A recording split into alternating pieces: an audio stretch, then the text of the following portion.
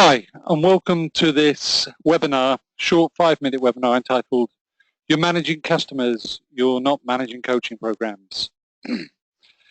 My name's Ian James. I'm the founder and CEO of RetailTribe. We provide marketing solutions to golf clubs, PGA professionals and golf coaches around the world.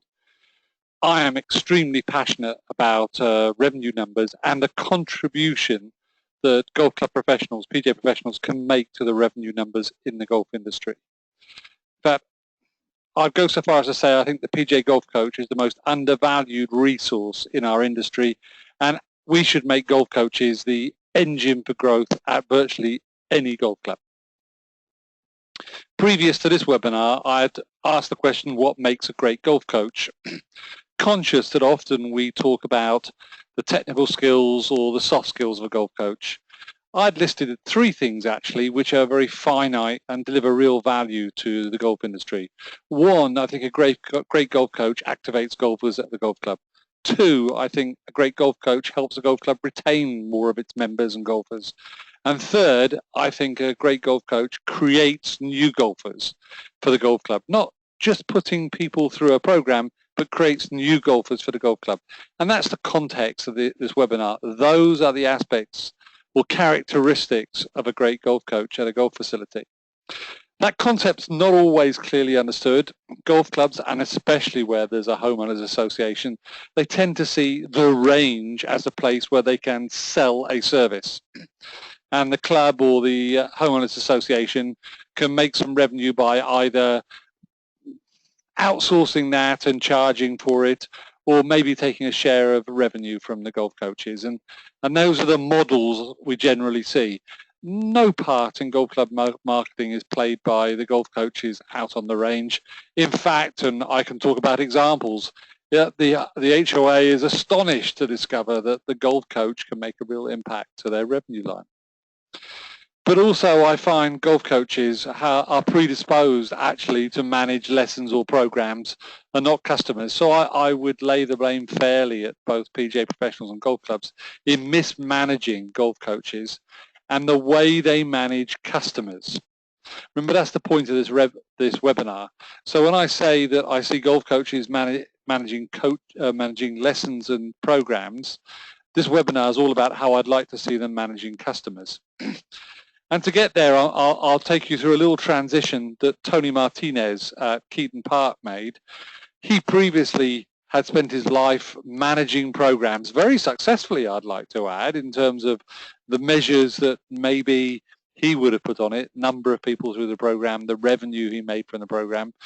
But one day, Tony realized that he was shortchanging his facility and he was shortchanging his customers. And probably as we go through this webinar, you'll realize that's the biggest challenge we need to overcome when we rethink the way we manage customers.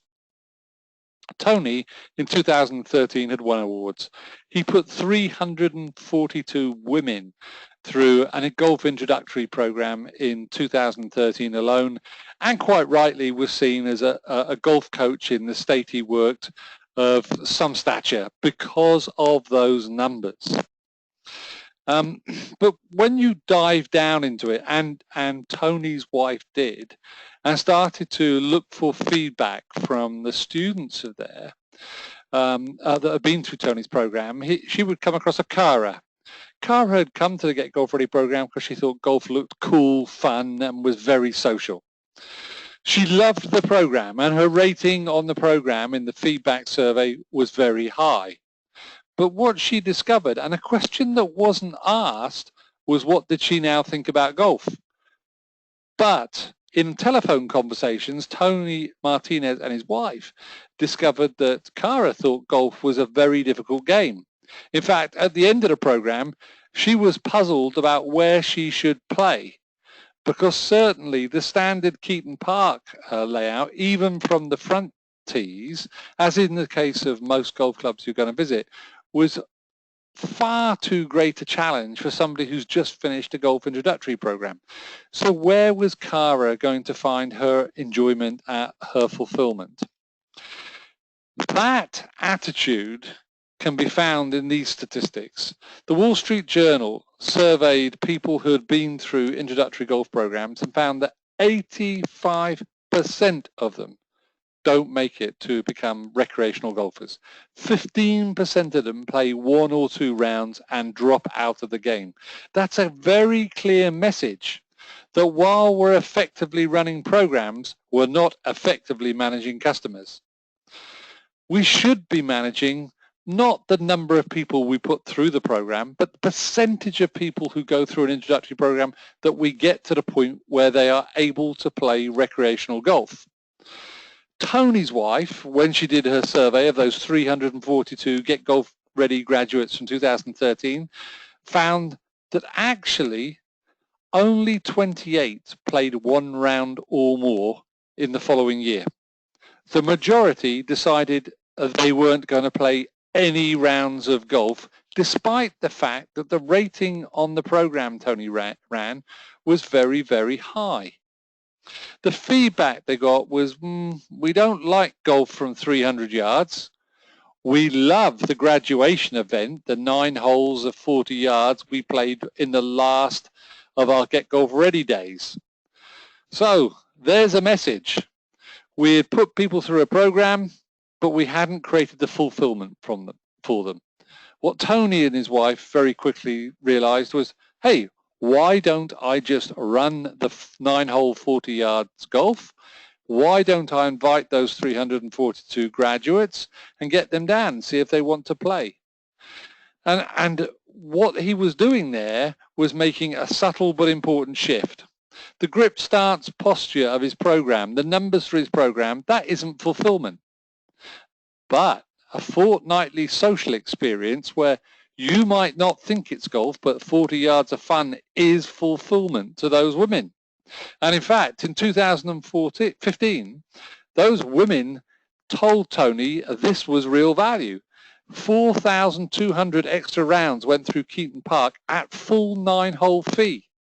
That's women paying for full 9-hole fee to play actually only 40 yards on each hole. Kerry Cosby at Southern Hills picked up those concepts and went further, and subsequently became PGA Professional of the Year 2016 for the PGA of America. What Kerry was tasked by the golf club to do was improve the women's section. So what Kerry did at Southern Hills was decide to target every wife of a member who didn't play golf and every country club member who was female who hadn't become a golf member.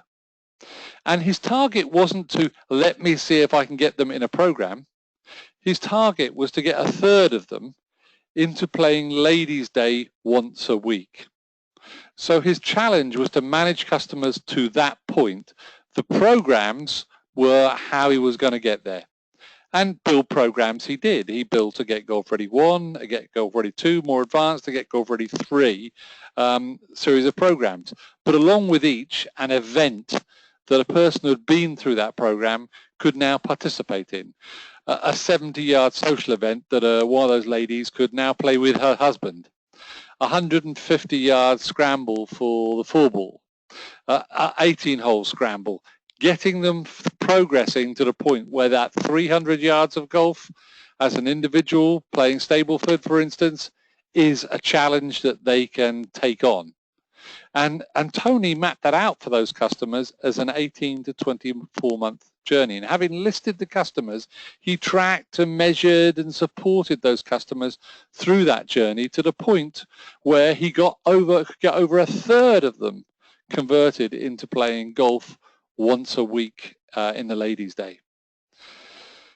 And if you're worried about how do I translate that into revenue, well, in October 2016, Tony had over 100 women in one of those 3 programs at different stages. So if we're worrying about coaching revenues, that was following on from the process of managing customers. So Kerry isn't designing and filling programs or even offering lessons. Kerry has targeted the customer and given them a dream. You can learn golf and play with the ladies and play with your husband, and it is setting out to develop a pathway to get them there. The result for the club isn't a share of coaching revenue, it's the value of having over 100 new lady members, and you can go back to your club and translate what that would mean at your golf club. And that's what Carrie achieved in the 2016 season alone. So, are Carrie and his team great golf coaches? Well, if you're creating over 100 new golfers who've got their point to the point where they're recreational in a year, I'd say they're great golf coaches. So, but that's one aspect. Let me ask you a question, in fact, about retention. Losses at almost every golf club I visit, losses, that's members who've dropped out or golfers that have dropped away, run between 8 and 12% per annum. If you don't believe that, go and check it.